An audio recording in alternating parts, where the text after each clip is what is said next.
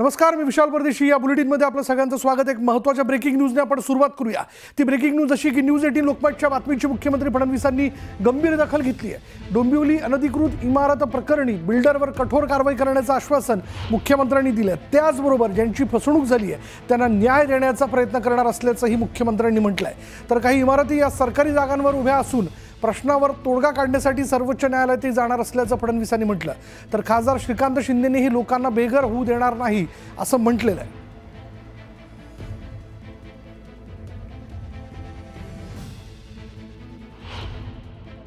असं त्या संदर्भात मी स्वतः बैठक घेतो आहे. एकीकडे जे खरे गरजू लोक आहेत यांना कसं प्रोटेक्ट करता येईल, आवश्यकता पडली तर त्याकरता आम्ही सुप्रीम कोर्टात देखील जायला तयार आहोत.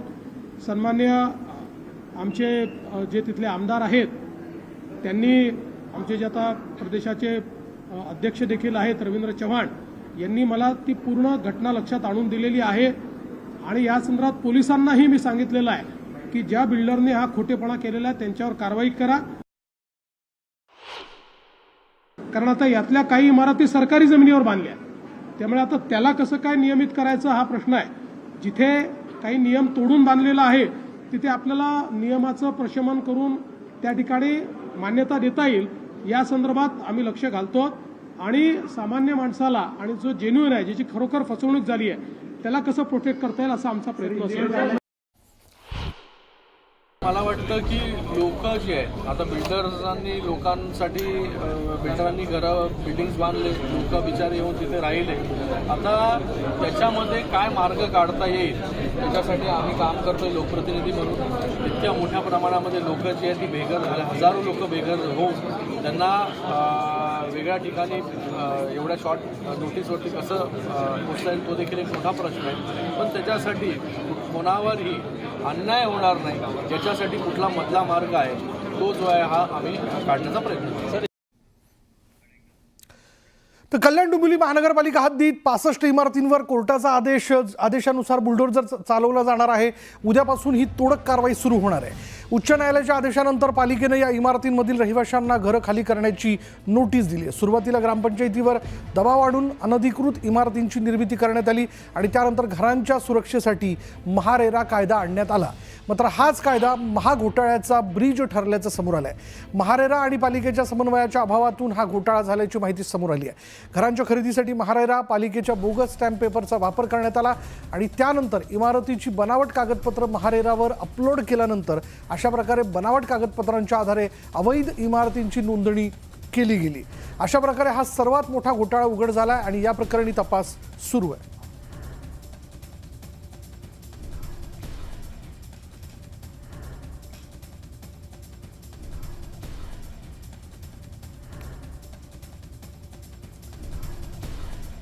दरम्यान घर घेताना काय काळजी घ्यावी जेणेकरून आपली फसवणूक होऊ नये, यासाठी कोणत्या गोष्टी पाहाव्यात याबाबत वकिलांनी काय सांगितलंय पाहूयात. महानगरपालिकेमध्ये जाऊन खात्री केली तर चांगली. त्याचबरोबर जागेवरती एखादा प्लॅन पास असला तरी त्या जागेचं सर्च आणि टायटल सर्टिफिकेट ह्या गोष्टी सुद्धा बघणं अति गरजेचे आहेत. कारण अनेक वेळा असा होतो की बिल्डिंग प्लॅन पास प्रमाणे उभी होते पण नंतर त्याच्यामध्ये कोर्ट मॅटर्स होतात आणि घेतलेल्या लोकांची फसवणूक होते. म्हणून या गोष्टीची पण खात्री केली पाहिजे. त्याचबरोबर रेरा नंबर आहे की नाही, त्या रेराच्या रजिस्टर त्यांच्या वेबसाईटला जाऊन त्याचीही पडताळणी केली पाहिजे. छत्रपती संभाजी महाराजांबाबत विकिपीडियावर वादग्रस्त मजकूर प्रकरणीही मुख्यमंत्र्यांनी गंभीर दखल घेतली आहे. छत्रपती संभाजी महाराज हे आमचे आदर्श आहेत. देवेंद्र फडणवीस संभाजी महाराजांबाबत असलं लेखन खपवून घेणार नाही असं देखील देवेंद्र फडणवीसांनी म्हटलेलं आहे. संभाजी महाराजांबाबत असलं लेखन जर कोणी केलं असेल तर कारवाई केली जाईल. विकिपीडियावरील वादग्रस्त मजकूर तात्काळ काढण्याची कारवाई करा असं देखील मुख्यमंत्र्यांनी म्हटले. तसे आदेश देऊ केलेत. फडणवीसांनी सायबर सेलचे आयजी यशस्वी यादवांना तसे आदेश दिले.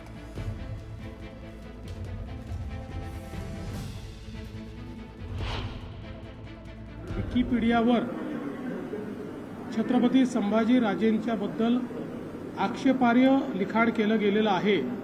या संदर्भात महाराष्ट्राचे सायबर विभागाचे जे प्रमुख आहेत आयजी सायबर यांना मी सांगितलं आहे की त्यांनी तात्काळ विकिपीडिया किंवा त्याची संबंधित जी यंत्रणा आहे त्यांच्याशी बोलणी करावी आणि त्यांना ते हटवून देण्याकरता त्या ठिकाणी सांगावं.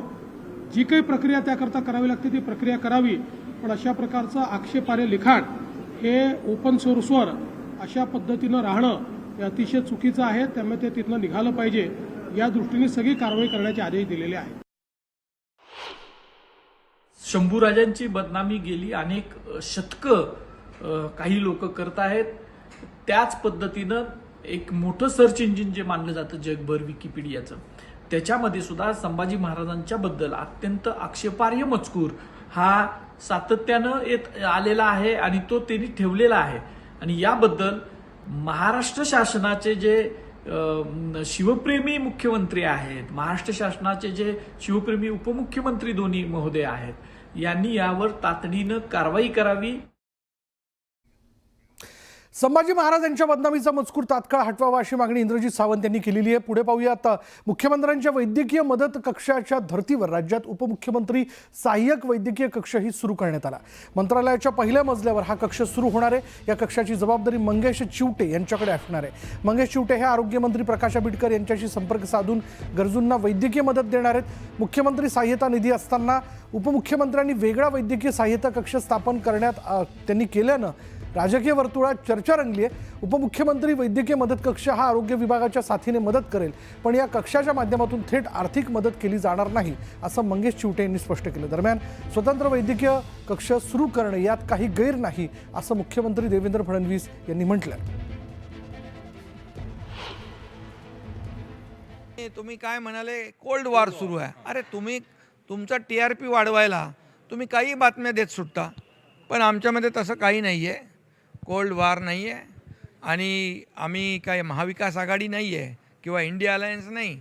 आमचं कोल्ड वॉर किंवा आमचा वॉर जो आहे तो महाराष्ट्र विकास विरोधी लोकांच्या बरोबर आहे. विकासाला विरोध करणाऱ्या लोकांच्या बरोबर आमचं वार युद्ध असेल, कारण आम्ही विकासाचा अजेंडा घेऊन पुढे जातो आहे. त्यामुळे तुम्ही काही म्हटलं कोल्ड वॉर वगैरे तर कुठलंही नाही. आमचं सगळं थंडा थंडा कुलकुल आहे. मुख्यमंत्री असताना उपमुख्यमंत्र्यांकडून एक वैद्यकीय कक्ष स्थापन केला जातोय. समांतर अशा गोष्टी याच्यात काही चुकीचं नाही.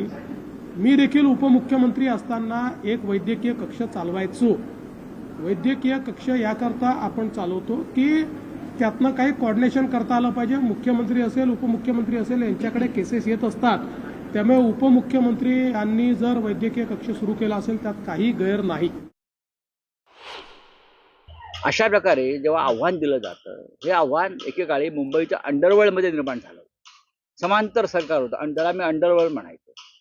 आता हे मंत्रालयामध्ये अंडरवर्ल्ड सुरू आहे ना, समांतर सरकार, पॅरलल गव्हर्नमेंट, समांतर सरकार, प्रति सरकार जर सुरू असेल तर या राज्याची अवस्था ही राजकीय अराजक निर्माण झाल्यासारखी आहे. मंत्रालयामध्ये राजकीय अराजक निर्माण झालेलं आहे. देवेंद्र फडणवीस हे खंबीर मुख्यमंत्री आहेत असं आम्ही मानतो.